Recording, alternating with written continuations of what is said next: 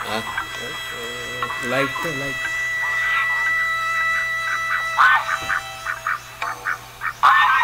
Hindi tayo pwedeng gawin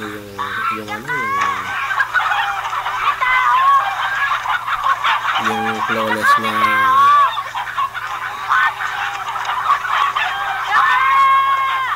yung sarap ng camera. Hindi na pwedeng mangamot.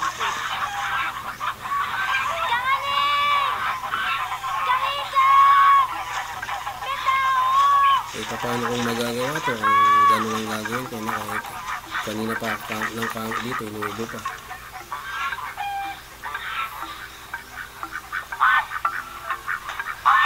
Mensahero kasi ako kaya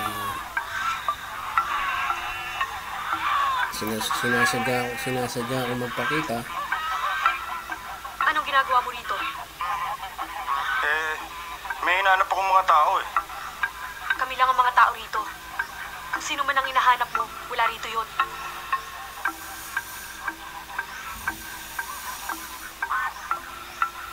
Pero hindi ako pwede magkamali. Yun ang palatandaan ko. Yung talon na yun. Dito raw sa lugar na ito, mahanap ko sina Aning, Ikang, at Talia. Bakit mo sila hinahanap? Anong kailangan mo sa kanila? Pamangkin ako ni Choig na. Siya nagturo sa akin sa lugar na ito. Hindi ako nakakalbo. Bakit? Walang iya!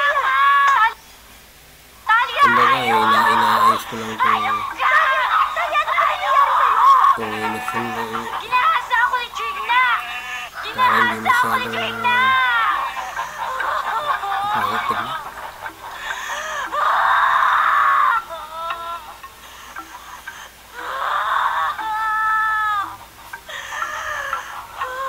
Kunyari, nahanap ako nandito lang Hindi naman kayo dapat magalit sa akin Bilo. Hindi niyo ako kaaway.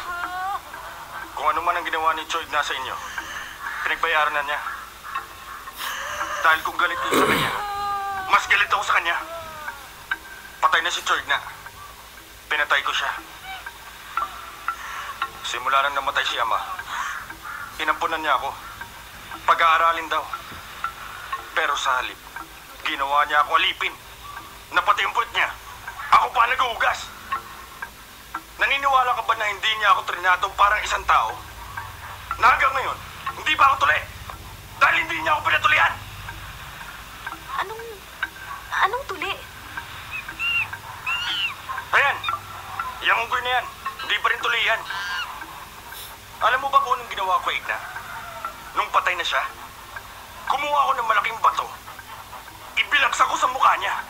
Paulit-ulit yung ginawa yun. Yung mga mata niya. Dinukot ko. Pati yung kanyang bituka. Dinukot ko rin at pinakain sa mga bayawak. Ngayon, gusto mo pa bang marinig ang iba pang ginawa ko kay Igna?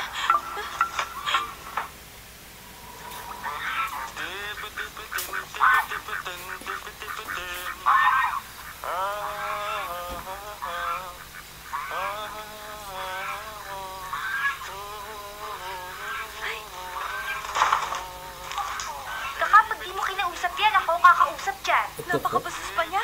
Biruin mo, naliligo siya, hindi man lang nagsabi sa atin. Hubad pa at wala sa lawal.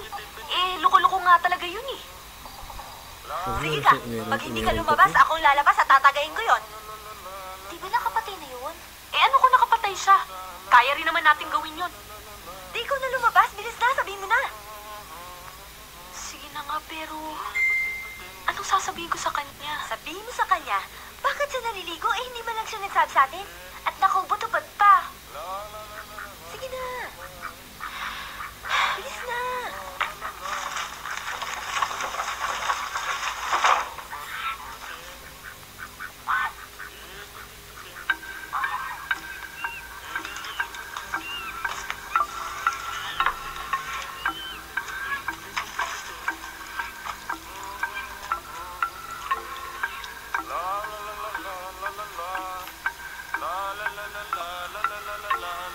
Ang tuko ay kumakain ng ipis.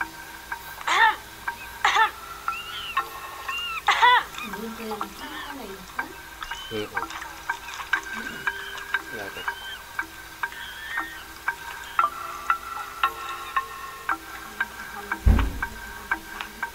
Ano?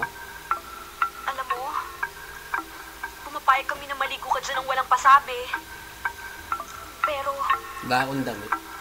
hindi kami pumapayag na maligo ka dyan ng walang salawal. Ano bang masama ng maligo ng walang salawal? Ang sabi nga sa anik na, nung araw daw na nagpupunta siya rito, kung maligo rin kayo, walang mga salawal. Ay, wala akong Puro utak. naman kami mga babae ah. Anong masama ron?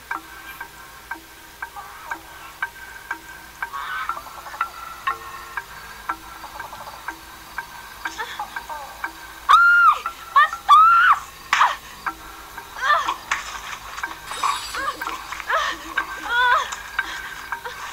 Para lamang paniligo sa isang barracks yan. Halika na. And I is the one. La la la la la la la la.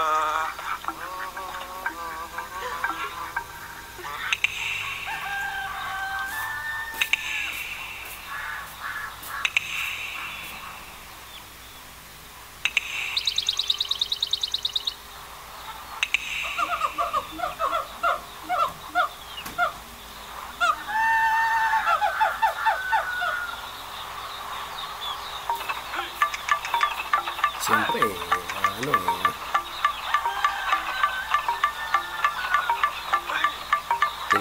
tinanggal.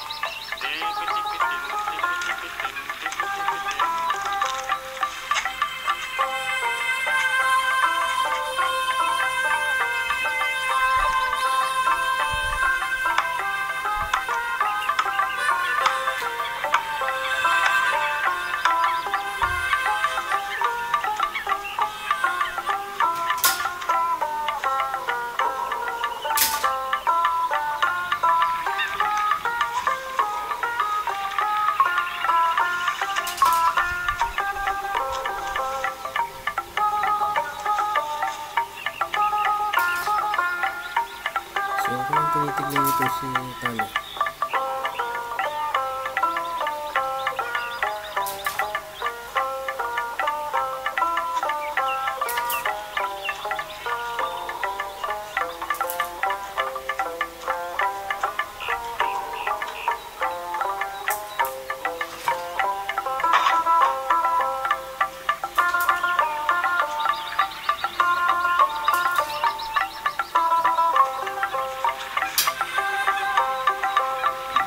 Kung nagtatanong ka tungkol sa kaparusahan ng mundo,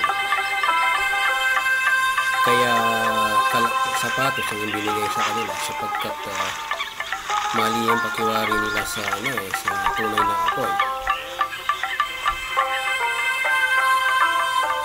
Tinago ang katotohanan. Ang katotohanan ay nakasaad sa aklat ng Enoch.